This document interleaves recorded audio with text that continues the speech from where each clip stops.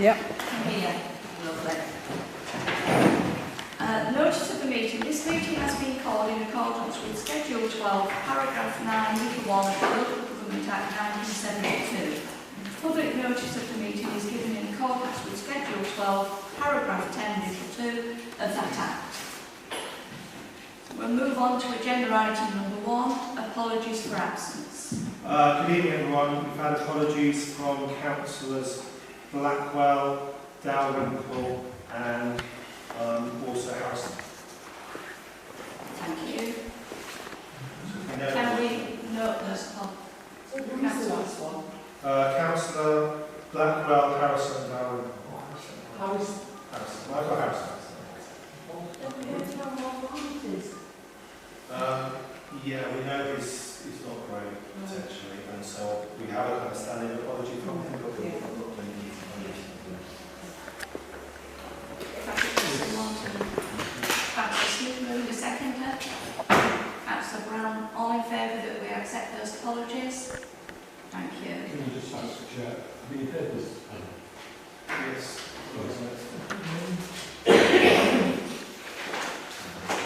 Sorry. I'll let you off this time, Councillor.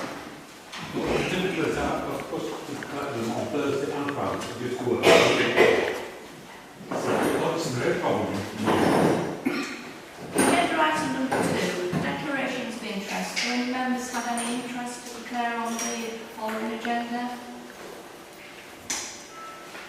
With regard to the fight for Whitby, Sorry? with regard to the presentation about fight for Whitby and the I'm the secretary for it. We do not have that I thought presentation. No, the presentation you're doing. it's Okay, another week, sorry. Councillor Lehman. We'll defer that interest on next week. I don't think they will do that. Not very well. Agenda item number 3, public participation. We will suspend standing orders if any members of the public would like to speak, up to a limit of 3 minutes. Do we have any members of the public wishing to speak? No? Thank you.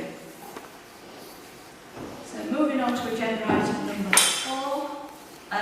This is a presentation that we will receive from Claire Stone regarding the, hopefully, the proposed endeavour of the visit of the endeavour. But I'd like to welcome Claire to come up to the microphone and she'll now give us a presentation on that proposal. Right, I have a tendency to shout, so if I'm too loud, please tell me and I can move a little bit further back. You should have in front of you an outline of what I hoped would have been the slides that I could have shown to you. So I'm afraid I will be talking to my slides and you will be looking at your slides. So good evening and thank you for inviting me here. I must admit I was losing all hope of ever actually meeting you all because I've been waiting so long to be called. But thank you very much. My name is Claire Stones. If you don't know me, I'm chair of the management committee at the Captain Cook Memorial Museum. And I'm here because I'm proud to represent the Endeavour International Alliance. I'm here today not just as an advocate for the return of the Endeavour replica, but as a passionate supporter of Whitby's future, its people, its heritage and its potential. Since the Endeavour replica last visited Whitby in 2002, it first came in 1997, our town has undergone a remarkable transformation. I'm sure those of you who were around at the time will remember that Whitby was very much dying on its feet, and the Endeavour sparked the tourism trade and everything else that goes along with that once it had been here. We have to remember that we were once known primarily as a traditional fishing port, but Whitby has embraced tourism, cultural development and an expanding calendar of vibrant annual events. be it regatta, goth weeks, steam, punk, whatever. They have taken this. We've also got a rich festival culture in itself. And if we add to this an exciting series of maritime and cultural activities, it will enhance what Whitby does already so well. So today I'm here to share how the Endeavour International Alliance is working to promote Whitby on the world stage, helping secure its place as a global centre for maritime heritage, education and sustainable tourism. Together, we have an opportunity to create a future for Whitby that is rich, inspiring and enduring, and as enduring as its past. Our aim is simple. We would like to strengthen Whitby's position as a destination for visitors year-round, to support local businesses and to create a positive economic and cultural impact that will benefit the town long into the future. And I will say now that the aim is not that we will impinge on the things that we do well in Whitby, that we won't impinge on the events that we do well in Whitby, but that we will build on those things that we do so well. So in 2028 is going to be a defining moment for Whitby. It will mark the 300th anniversary of Captain James Cook's birth, and as his adopted hometown and the location of the Captain Cook Memorial Museum in Whitby, it's uniquely placed to lead this international commemoration. And so our business plan today outlines a proposal to return the replica of HN Bark Endeavour to Whitby in 2028 as the centrepiece of a wide-ranging maritime celebration involving not just ourselves, but partners in Middlesbrough, where James Cook was born, at Marton, the Sea Museum, the National Maritime Museum of Australia in Darling Harbour, Sydney, and Newport, Rhode Island, because they too are remembering Cook in 2028, because this endeavour was scuttled in their harbour as part of the American Wars of Independence. So this is an ideal opportunity to unite international areas with a focus on Cook and the endeavour. So I'm looking here to seek support for a proposal, and the acknowledgement of this may involve and will involve financial contribution. Now that may be not within your sphere to give that financial contribution, but if I know that I've got the backing of Whitby and Whitby Town Council, who are thinking about the people of Whitby, then anything that I take to North Yorkshire, if I know I've got your backing, I know that I can fight. Okay? So this is what we're looking for. Well, what will be the project overview? Well, I've already told you why 2028. It's the tricentennial of Captain Cook's birth. And the core proposal, of course, would be the return of the Endeavour replica to Whitby. And we're looking here at a 3 to 5 week time span. But that will very much depend on the Sea Museum, who are the current owners of the Endeavour replica, and how long they would be prepared for us to have it. As it will depend on the time of year. I know, with having talked with Newport, that they would like us in the summer, because they want to build in lots of dives down to see the wreck, etc. So they're looking at weather. But if we could have it in the October time, when Cook was born, then we would really be at the heart of everything. But I don't just want it to be the Endeavour replica. I want linked events, exhibitions, tall ships, local school projects, community regattas, creative arts programmes. We've got lots of artists in Whitby, and I do feel that sometimes we don't support them. So if we can do something. We're thinking of a shanty festival. It's not going to be tied in with the folk festival. It's not going to be tied in with the pirate festival, but it will be shanty festival. And there are a number of shanty groups around the world who are very interested in coming to Whitby and having this festival. We've also got a dearth of Cook films. Well, why don't we have a film festival? If Cannes can do it, then we can do it. Themed lectures, a series involving international collaboration. And here is an opportunity for us to give the other side of the story, to be leaders in people hearing how this reaction, the reaction of the Aboriginals and the Maori and the other people that were met. Because having spoken to white cockatoo and black cockatoo, who were the part of the group that met Cook, they were one of the few groups that met Cook. They have a very different story to what is being put about in the press with how Cook was with the Aboriginal people. So this is an opportunity to hear the other side, the side that's been given. It will also have enduring benefits for our community. Whitby people are proud people. And here's an opportunity for us to have a community pride, volunteer involvement, education, talks, school programmes, apprenticeships, and health and well-being, coastal engagement, access improvements, and inclusivity. Because this won't work if we haven't got the people of Whitby on our side.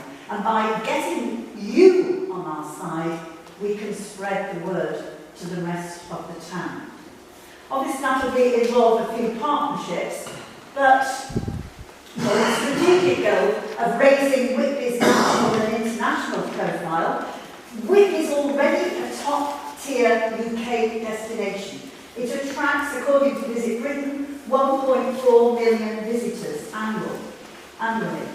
So a focused marketing campaign around the Cook 300, that will increase international visitors alone by 15 to 20%, based on similar heritage anniversaries. For example, the Mayflower 400 in Plymouth. So I've used their numbers and their percentages to look at ours. So the partnership with international museums. Obviously the endeavour is at Darling Harbour in Sydney, but it would mean that we could involve ourselves with Newport's Seaport. And it has been an opportunity for us to make links with our sister towns, who are just names that have been put on a Whitby board. You know, so why shouldn't we be able to have links with the Falklands and other areas, Alaska, etc.? This will drive economic uplift. There'll be an uplift. There was an uplift last time. I have no doubt there will be an uplift this time. And I think this time, if we can get the endeavour back, the uplift will be even bigger. Because last time, it was going and it was calling in at lots and lots of places around the UK.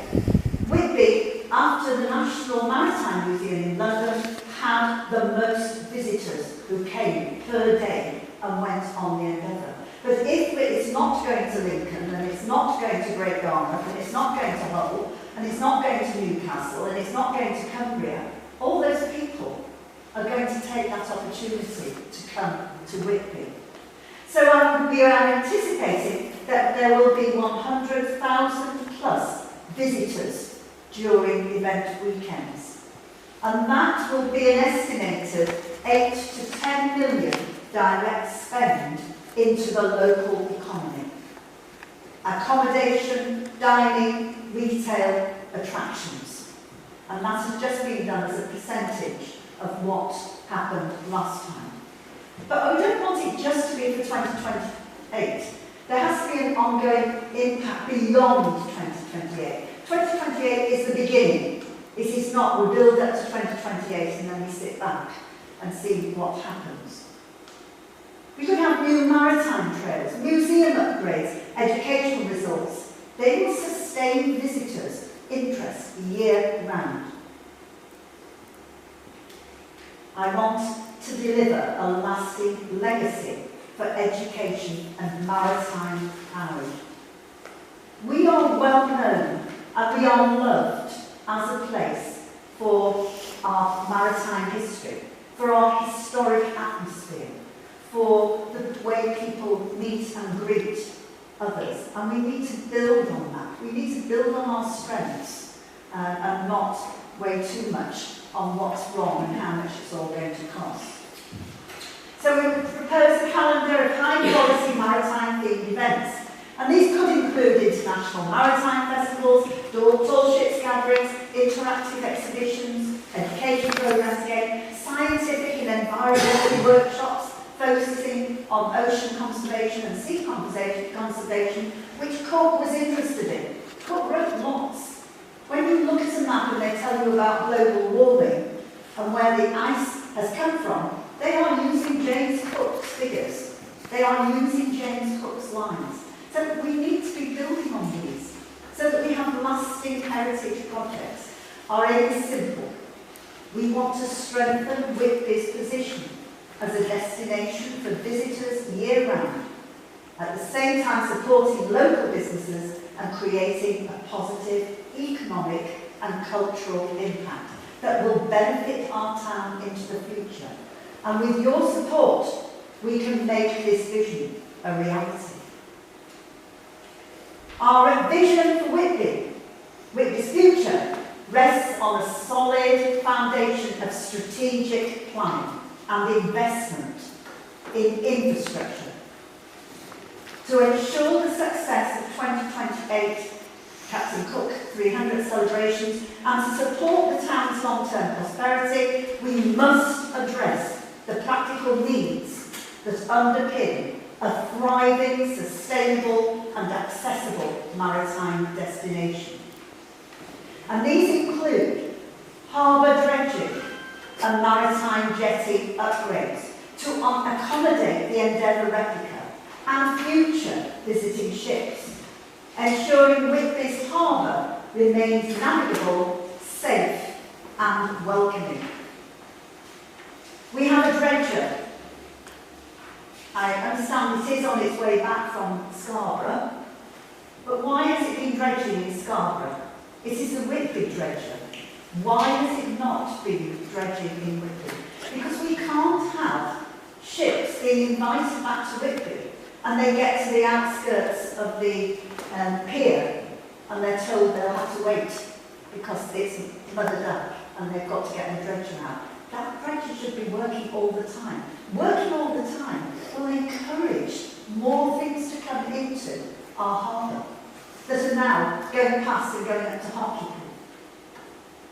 Not that I have anything against Hartlepool at this point. Please mean it now.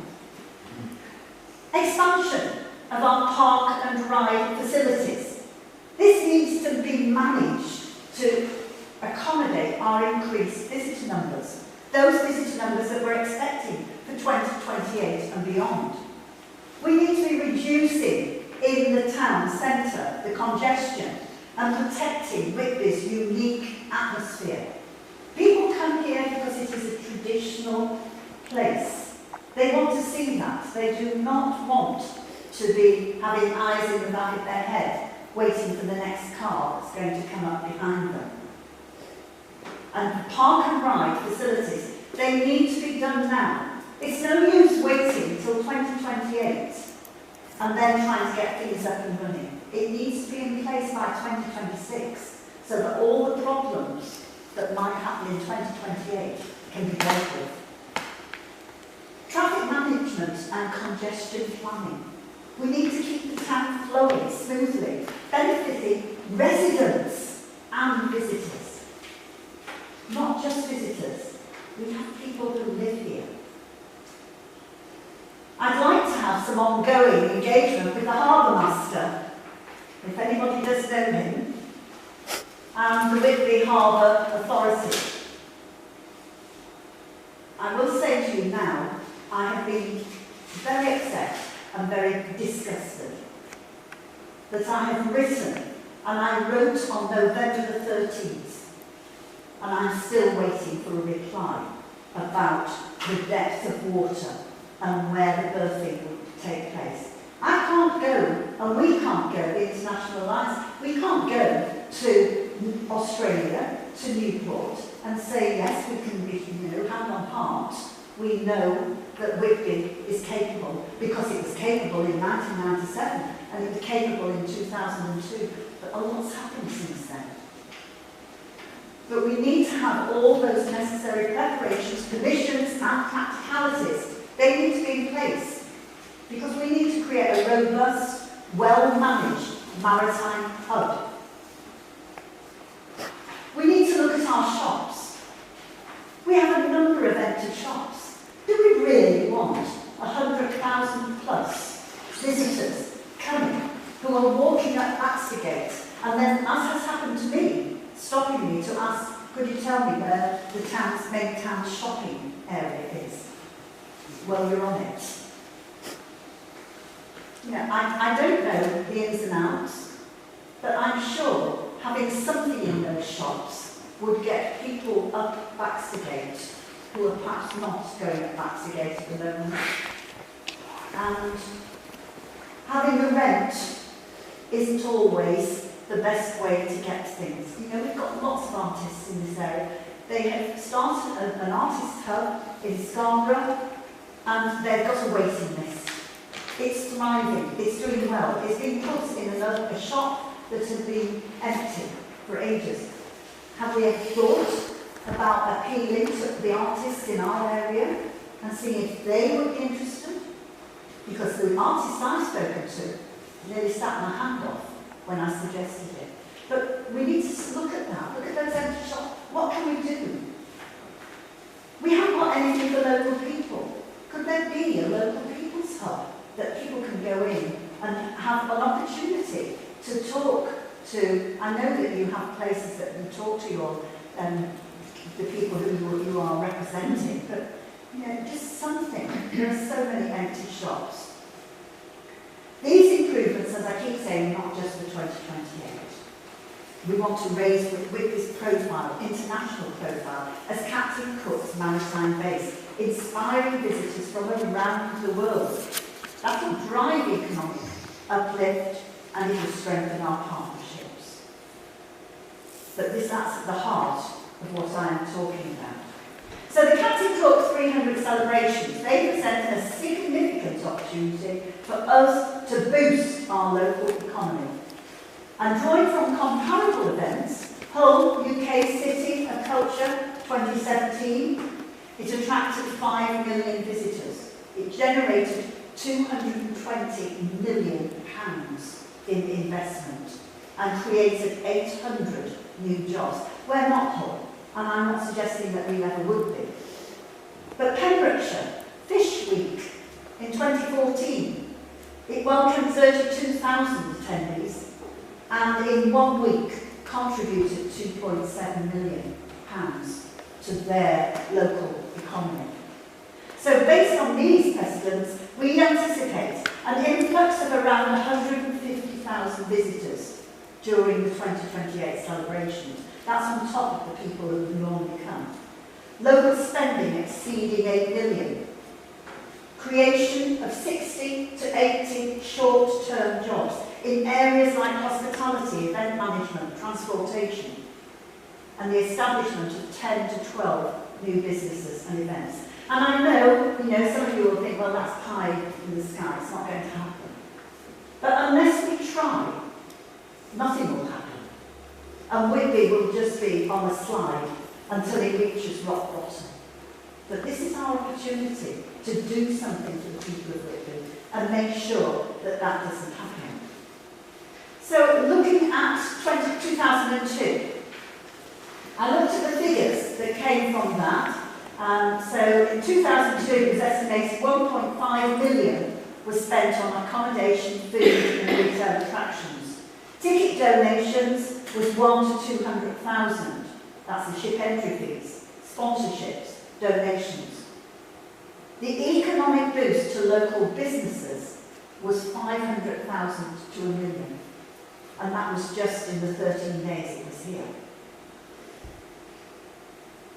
Long-term tourism benefits and enhances Whitby. It enhances our reputation, it encourages repeat visits and a sustained love and interest in Captain Cook and his history. So building on this, for 2028, obviously the numbers will go up in every way. If I get you on side, I'm then in a position to look at government grants, public sector funding, corporate sponsorships, private donations and philanthropy, international partnerships, ticket sales, commercial venture. But you as a council are going to have to do something about our legacy and the infrastructure in our town if we're going to create this lasting maritime legacy. We need targeted, phased investments in our town's infrastructure. Let's break it down a bit more. Dredging the harbour I've talked about, but that's essential to safely accommodate the Endeavour, Replica and other tall ships. Queen's Harbour naturally silts up over time, restricting the depth and limiting the types of vessels we host. Dredging ensures a safe passage and berthing of large ships. It prevents grounding and supports the long-term viability of Whitby as a maritime destination. Upgrading our jetties and quays, that's all about safety and modernisation. Now, many areas currently lack this safety. I'd like you to have a look and just check that we are doing everything we can to make our jetties safe. I'd really like to thank you, Claire. I think you've given us an extremely thorough presentation. There are many of those comments I can assure you we will be taking with the North Yorkshire Council. They are unfortunately out of our remit, a lot of the issues you've raised, but we will be speaking with them with a very strong voice. Personally speaking, I think this is a really exciting presentation that you've given us and an exciting position that we find Whitby in if it does come to fruition. And I can't thank you enough. I would also like to apologise that it's taken quite a while to get you before us. But, you know, moving forward, I'd like to keep in touch with you so we are up to date with everything and how it's moving forward. I'm sure my colleagues are very grateful for the very thorough presentation you've given us. Could I just say, just one point before, please, we would like one member of the council to be on our steering committee. And that's very important, that we know, and you will know, whether we are going down the right line. I think that's an excellent idea, Claire, and we'll take that up with the council in the very near future, Adam, yeah. Councillor Ward, you wish to say? Could I propose that we accept the proposal? That the town council thoroughly supports this proposal. So Councillor Ward has moved it. Have I got a second? Councillor Hall? All in favour? You've got the whole of Whitby Town Council behind you, Claire, so we will keep in touch, I promise, and we'll see how this develops moving forward. Lovely. Thank you very much.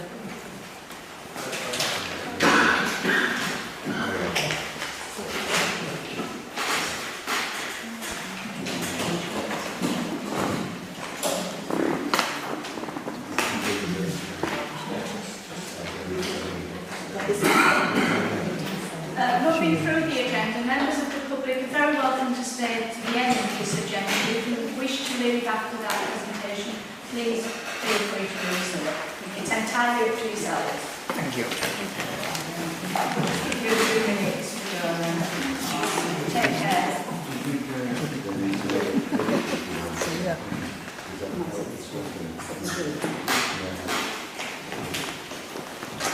I'll give you a ring on Friday. Right, yes. Okay, you're in shop. Moving on to agenda item number 5, and this was the 23-24 audit objections. As you'll see, members, the councillor has to note the attached report. I'm going to ask to hand over to Adam to give you a little bit more in depth. So important. Two things are happening. One, I'm standing up. I hope you can all hear me.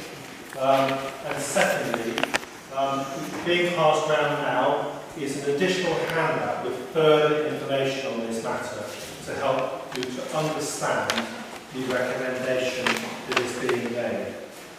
So in the original paper I set out the 14 objections that have been passed on to us by the auditors, and a little bit about the process to follow, and recommendations about external support for us at this point, and also how we'll combine that with any response to resident petitions. Would you give a bit more detail now, councillors? Councillors, please. Sorry to interrupt. Can I get this one to the public so they can follow it? This is a presentation for councillors, so I've made copies for councillors. Copies will be part of the minutes of the meeting, and that's absolutely fine, councillor. Thank you. Let's say, so we're going to take it straight from the top. Report this item and the council's response to it, further handout prepared for the meeting. I want as councillors to make sure you have the information you need to consider this important matter and recognise it's a complex matter. So more information is provided below about exactly the stage reached and what will happen next in the light of these 14 accepted objections. So what the council has to do next? First point to say, this meeting is not determining our response to the 14 objections, it's determining how our response is going to be put together. Is that clear? Yeah? So we're not responding to these tonight, this is about how we're going to do the best response possible. The auditors, as per the original report, have sent through 14 allowed objections, and the auditors, and I put it here verbatim for you to see, the auditors confirm the next steps. It's very much up to the council to decide the approach it wishes to take. What we're after is the council's response to each accepted objection and any supporting evidence for that response. Okay? I.e., for each objection, does the council accept the allegations are correct? If so, what are we doing? And if not, why don't we agree?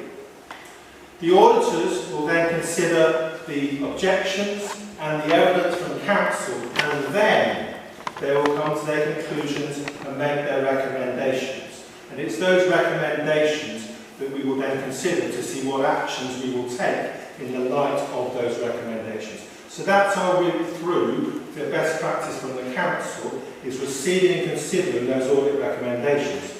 To get the audit recommendations, we first have to respond to the objections, so the auditors can consider both the objections and our response. All clear? Have I explained that okay? Because I want to make sure the complexity of that is clear to everybody. And also, a crucial point for tonight, during discussion in public session, you're doing this in public session, it's important to be as transparent as we possibly can during this process. But if anyone happens to know who the objectors are, you can't say that during this discussion. Okay? That's a crucial point for this evening. Okay, so as can be clearly seen, we don't know yet what the audit objections are going to be. They will be determined after the auditors received our responses to the objections.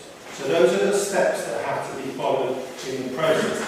And in terms of timeline for that, of course we want to do this as soon as possible, and the auditors want to complete this as soon as possible, but the auditors understand that this process will effectively take as long as it takes. It's taken, if you like, this long to get this far.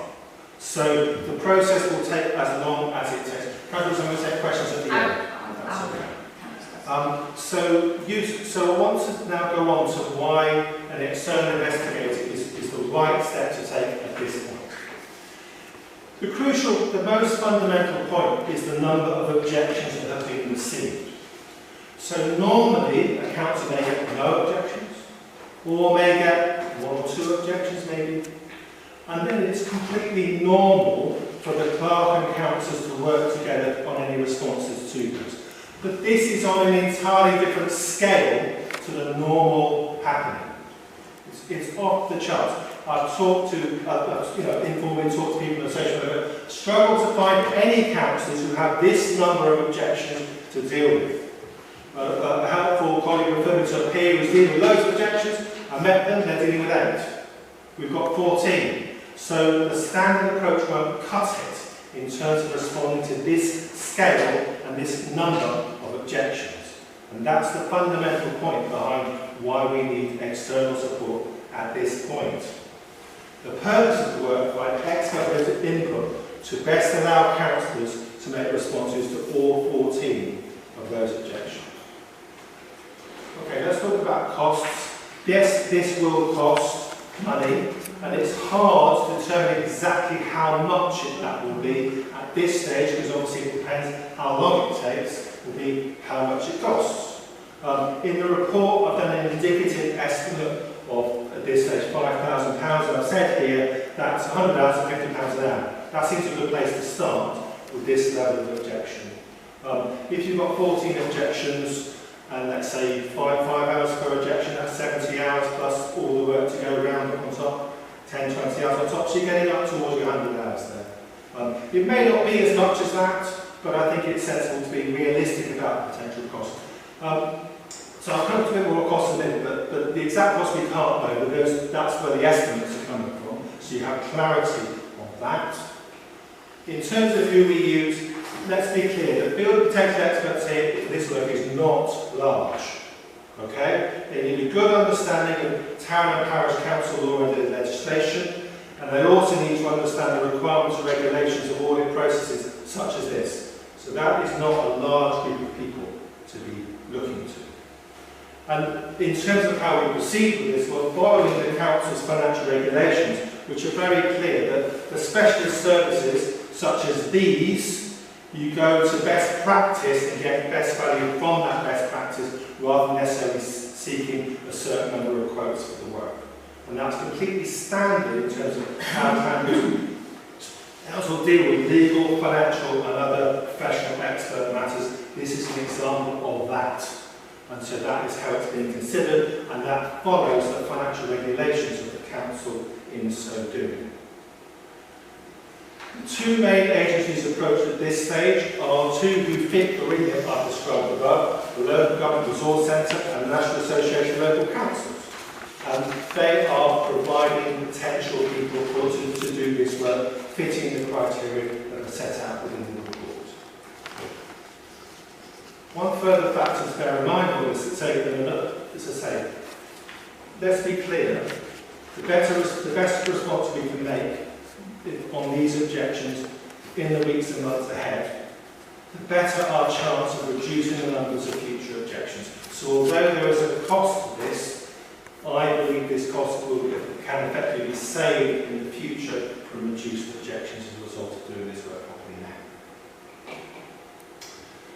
The alternative to this is, as I said, to effectively do it ourselves. And the councils are free to determine that that is the approach they would wish to take. And that would be, so a report prepared by myself working with councillors. But that would obviously be a significant volume of work, so we would need to have clarity on other work being put on hold for that to be done and to be possible, so that it can be managed and is manageable. So that's the alternative should you wish to take it. So in conclusion, these audit objections provide a real opportunity for the council to see what our best practice can be in the future. That's a real positive, but the road ahead is not without challenges, and that's why I'm urging council to get external support at this stage. Thank you for listening, everyone. Happy to take questions. Thank you, Chair. Thank you, Alan. I'll bring in Councillor Riddles first. You indicated you wish to speak. I mean, obviously these 14 objections from the auditor obviously thinks there's a case to answer, otherwise we wouldn't be putting these forward to us. Now, it's very easy for us to dismiss them, but taking the fact that they have been put to us, what would happen, what could happen if we say, sorry, Yeah. I think what we've got to realise, Councillor Riddles, is that the 14 objections have been put back to us for consideration, further consideration. And I don't know how the members in this room feel, but there is absolutely no doubt to me that this council has been under severe criticism for a long, long time. If we are going to move forward, then we have got to take the right approach. And that right approach, and believe me, I am not happy that this will take extra finance out of a very, very tight budget of virtually nothing. But if we don't, and we cannot be seen to be transparent and open to the members of the public, then where do we go from here? Now you're saying, what if? The actual point of getting the external investigation into this is that they will come back and they will advise independently where this council stands. Now I can't tell you what to do. I know what I think we should do, and I think you can already tell that by how I'm speaking. But we must, absolutely must, put an end to all of this. We will get challenged in the future, and I personally welcome it. There's nothing better than scrutiny to make sure a job's being done thoroughly. But this one is going to cost us to make sure it's being done correctly and we move forward in a positive manner. We want to have those doors open and welcome them to the people of Whitby. And if we don't do something radical to get ourselves back on track, that's not going to happen. And if that something radical means spending money that we really don't have in the bank, then I'm sorry, that's what we're going to have to suffer. So I've spouted off. I feel very strongly about this. I'm going to bring in Councillor Knock and anyone else. Thank you, Madam Mayor. You're absolutely right. This is something that we do have to address head on, and I fully support you. I also support Alan's proposal that we have an outside body to look at it. Otherwise, we are retrospectively marking our own homework, which will be frowned upon almost everywhere. I also feel obliged to say, Madam Mayor, that these objections, and there are 14 of them that we have to consider, out of a total, I think, of 23 that were lodged, or thereabouts. And it is a scurrilous and vile attempt to bankrupt this council. Any of the members have any comments? Councillor Wyatt. Can we see what I've forgotten what the objections were. Could we see them again? They're in the report. They're in the report. The actual objections. Yeah, the list of 14 accepted objections are in the report. When council come to formally consider them, council will receive additional information that if you like, going alongside them, but the most important thing is like the council to see the actual objections, and that's what we have to do in the report. Will we get to see if they are vexatious by nature, or will they be on a well-founded basis, or will they lack materiality? Will we get to see those? Yeah, I mean that's exactly the right question. You know, these are all really good questions that we're asking ourselves tonight in terms of the appropriate processes we follow in determining it. Again, that's why I'm making a bit of a broken record in this meeting, Councillor Wyatt, about an external support for you in terms of, because the response comes from you. So this is about giving you the right in making that. Don't we have the right to know who these objectors are? Yes, you do, and that can be shared with you, but not publicly. Right. Councillor Smith. I'm going to pick Councillor Smith because you have spoken. And I will come back on this because it is a serious issue. I was just going to suggest that I would prepare to propose the motion to the external investigator. I think it makes sense to this council. I think these objections are something that have been circulating not just this year but for a number of years, and it's about time we get them properly. I think this is the correct way forward. Councillor Howard, did you want to second it? I agree with that. You want to second that motion? Before we go to the vote, Councillor Wills, I'll give you an option to come back purely because I don't want to stifle debate on such an important issue, but very, very briefly. I do take exception to what Councillor Knox said, because the public have the right to object. Councillor Wills, you know what, I'm going to stop you because I'm not going to have this argument back on the floor. We've made a decision, there's been a proposal, it's got to stop. If we don't get control and take control of this issue, we will not move forward. And if you want somebody else to allow that, get someone else in this chair. I'm going to go to a vote. All those in favour that this goes to the work for the external auditor goes to an outside body? And that's unanimous. Thank you, councillors. Agenda item number 6. Council and committee meetings for 25-26.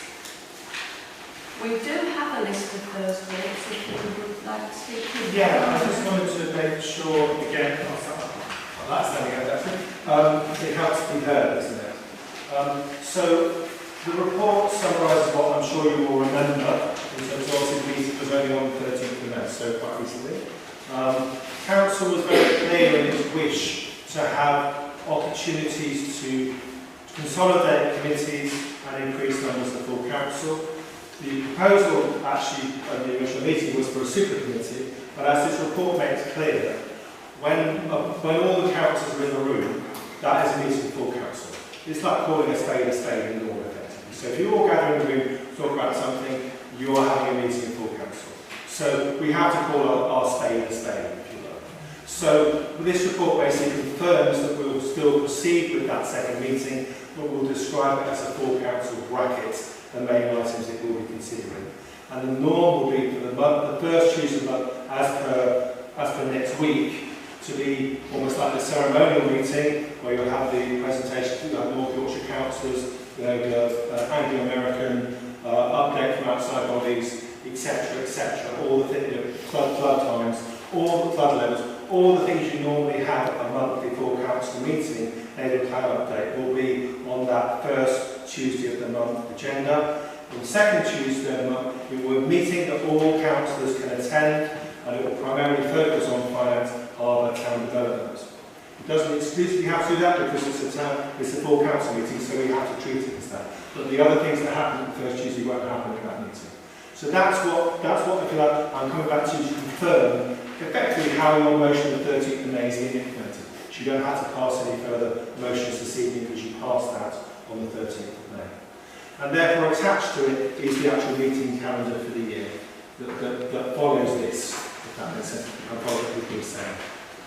Through you, Chair, have to take questions. Thank you. Councillor Smith. Due to your workloads, or the team's workload, wouldn't it be more practical for getting minutes out from the second meeting to move it to the third Tuesday of the month? So you have, as you get ready, as the first Tuesday, you've then got to prepare the agenda and the minutes for the second meeting. Yeah. So time-wise, wouldn't it be better to have a full council meeting on a Monday and the first of the Tuesday of the month and the third Tuesday of the month? That's very much a matter for council. That was a question to council with Ryan. I guess that I'm completely taking that in relation to work. At the same time, on a practical level, at least there is a week where at least they'll have a clear week. Yeah. This arrangement, so for annual leave and things like that. Well, that will become more challenging than you do with this. Yeah. Councillor Rivers, you want to come in? I mean, I agree with that statement, but because if you're actually going to put a motion in for the first Monday, you wouldn't be able to get it in to the next council meeting. That wouldn't be the way around it's supposed to work, I think, Councillor Rivers, with respect, because the primary, almost ceremonial full council meeting is the first Tuesday month. In fact, the original rationale behind the second Tuesday was to give time for matters to do that meeting to come around to a full council meeting in the first week of the month. So we're not just batting between meeting. So that was actually what the rationale for the original timings was to enable, because as I say, you can't, to be clear, as say I shared the advice with all of you, you can't make recommendations to yourself, if that makes sense, because that makes no sense whatsoever. But what you can do if you want to, and we've done this with things like response to consultations and stuff like that, you can have an item on an agenda for the council to basically discuss, if you like, and then follow on from that discussion at a later meeting you can pass something, you can pass a final form. But so it might be you want to respond to something, you kind of consider a draft at a meeting, and then at a further meeting you formally accept and resolve something. So that's how your two meetings practically work. But the understanding of the original motion or amendment provided was to have a gap between the to have that gap between meeting 2 and the next meeting 1 for that very reason. Councillor Heron. I was going to say that we did agree at the last meeting that it would be reviewed after 6 months. Yes. So I think it's a really good idea to actually try it as it is at the moment, or as the proposal is these days. And if after 6 months we find it's like burdening or whatever, then we change. Any of the councillors wish to comment? Given the points that have been raised by the councillors, would you like to, someone move that we accept the dates before us for this trial period of 6 months? Councillor Howard moving, Councillor Mulheron seconding. All in favour. All in favour? Thank you very much. Thank you, unanimous. Thank you, everyone. We're going to defer the forward plan until the next full council meeting because it just... Which is only next week. It's only next week, so it sits in better with next week's meeting. So we'll move on to agenda item number 8, and these are the motions submitted by councillors. So I'm going to hand over to Councillor Lehman. She can read out the motion that's before us and speak to it.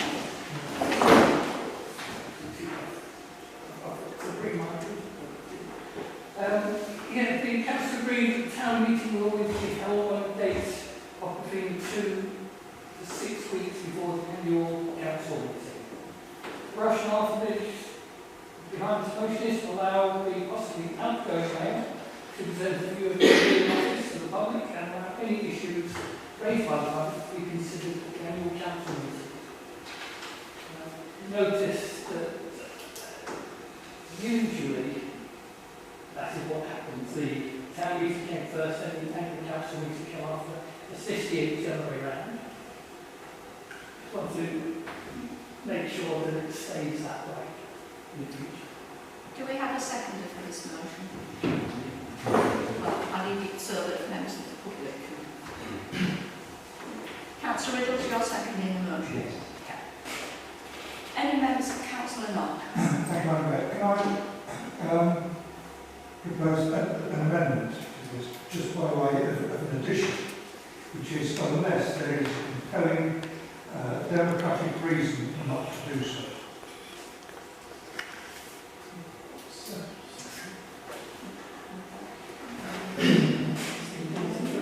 Yeah, it's not negating the motion. So. Yeah. Do we have a seconder for the amendment? Councillor Brown seconds the amendment. Does anybody wish to speak to that? Councillor Lehman? Yeah, can you just clarify what would you call a valid democratic reason? Well, I don't know because one hasn't arisen. But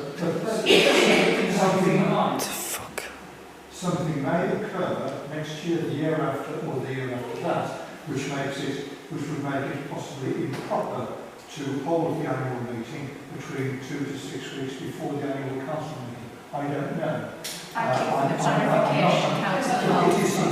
It is just a safeguard. Councillors, please. Sorry, Madam. We've had the clarification. Any other comments on the amendment? It doesn't, as the clerk has already identified, it doesn't negate the motion. Councillor Smith. It isn't necessarily, I don't know, maybe just somebody to it. Can I clarify, in an election year, would PERDA have an effect on the town assembly? Yes. It's not, it would not be advisable to hold a town assembly during the COVID period, simply because of the risks of people speaking in the meeting, putting themselves at risk if you like breaking PERDA by doing so. Can I clarify how long PERDA actually is? Sorry? Is it 6 weeks before? I think it's a certain period that's roughly 6 weeks. So if you're elected, so you're elected, so it's likely 6 weeks before the date of the event of the May election. Obviously, we'll have a May election in 2027, so we'll definitely have to do that. Could I ask if you're prepared to accept the amendment to your motion, Councillor? Yes. You're happy to go with that? Everybody understand what the motion is? Could we just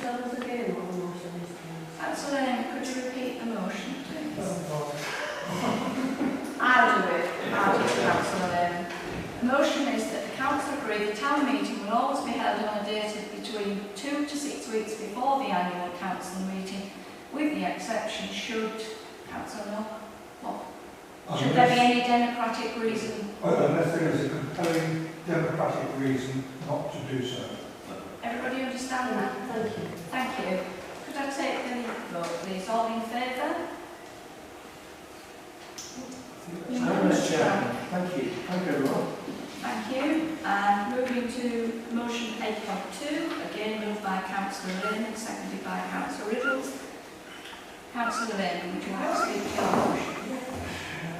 The council objects to the retrospective planning application, ZF25/00091/LB, to replace 5 number timber ladders with steel ladders. This is on east here.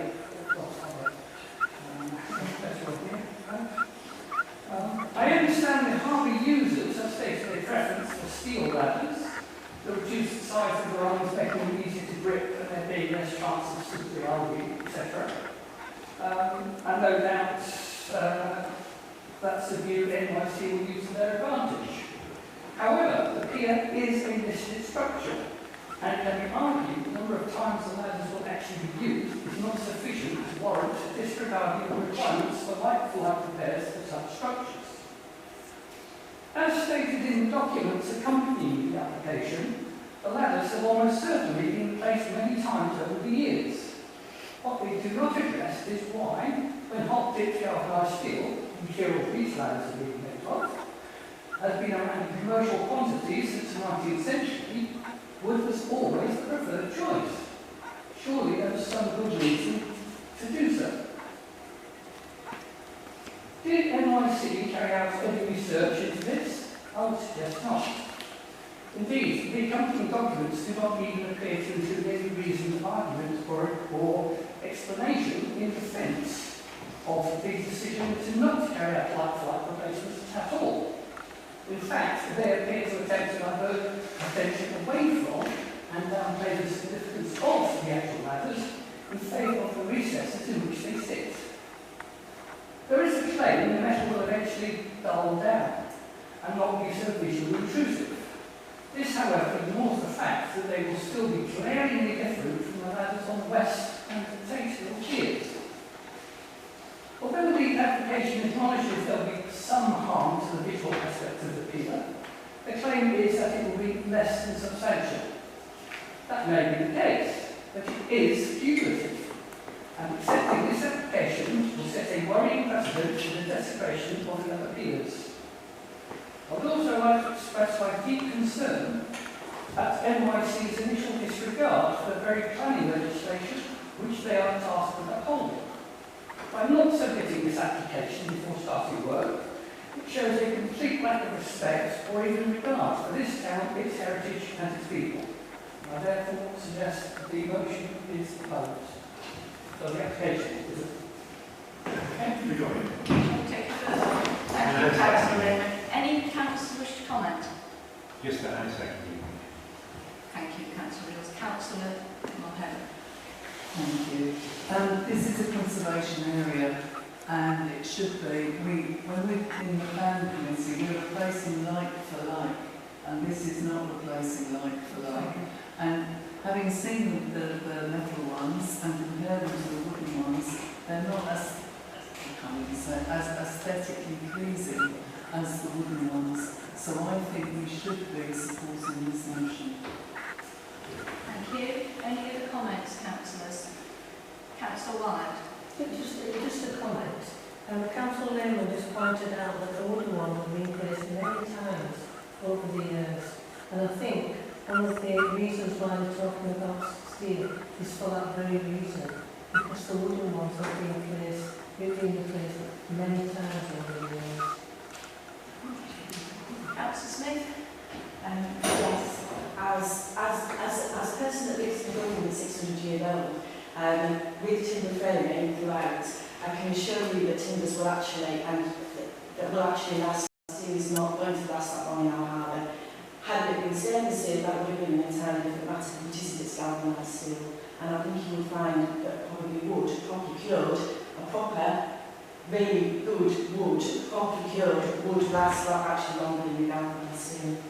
I think you should check with the experts who've suggested this and perhaps tell them about the opinion of the people here who know a lot about it. Councillor Knoll. Thank you, Madam Mayor. I'm surprised that the structures are galvanised because they would have a much shorter life than stainless steel. I'm astonished that North Yorkshire Council are not aware of that.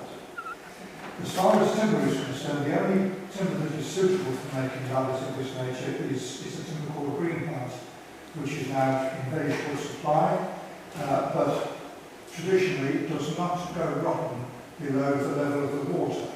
But between mean high water mark and mean low water mark, it is subject to some decay. But other than that, greenheart ladders can last for about 200 years. If you don't use greenheart, and possibly you wouldn't be able to get it, you'd have to use green oak, which would have a life of round about 25 years. Thank you, Councillor Knoll. If there's no further comments, I think we've heard the motion before us, and this is a case of whether we agree with a listed building really having alternative materials put onto it. So, is everybody quite clear on the motions before you? If you are, I'm going to... Would it possibly be clarification from NYC that it is in fact galvanised on a base of mild steel? I think this evening we're just going to have to vote on the motion before us out of I time. think it's been in the public domain for some time, so I'd be surprised if galvanised was a mistake. I'm sure they would have corrected that by now, to be honest with you. I'm sure they have confirmed in our Right. I'm sure that is what's on the website, so it does appear that we are a case of galvanised steel. We can only go on the information before us. I'm going to move to the vote. All those in favour of the motion before you?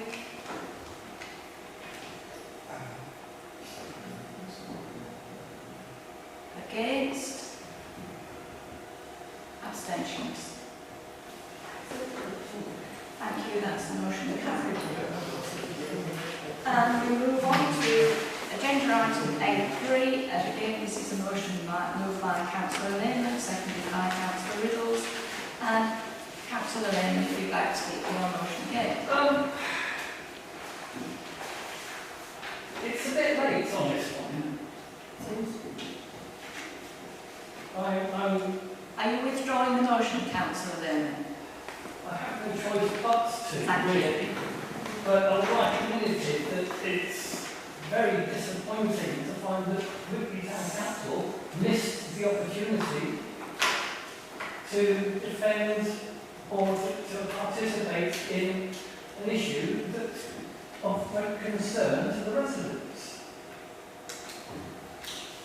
Councillor Brown. Some of us have actually, involved ourselves with consultations, so some of us have been involved. But the council had the opportunity. Councillor Lehman, I'm sorry, I'm not going to have arguments across the floor. Any other comments? Yes, Councillor Brown, to explain a little bit further what you've meant. Well, simply there was a consultation which everybody was entitled to be involved in, and a lot of people were. You can watch the result of the conversation or the meeting that took place, and you can see that there was a lot of arguments before, a lot of very good arguments, but unfortunately it was one of those situations where party politics, I think it's probably the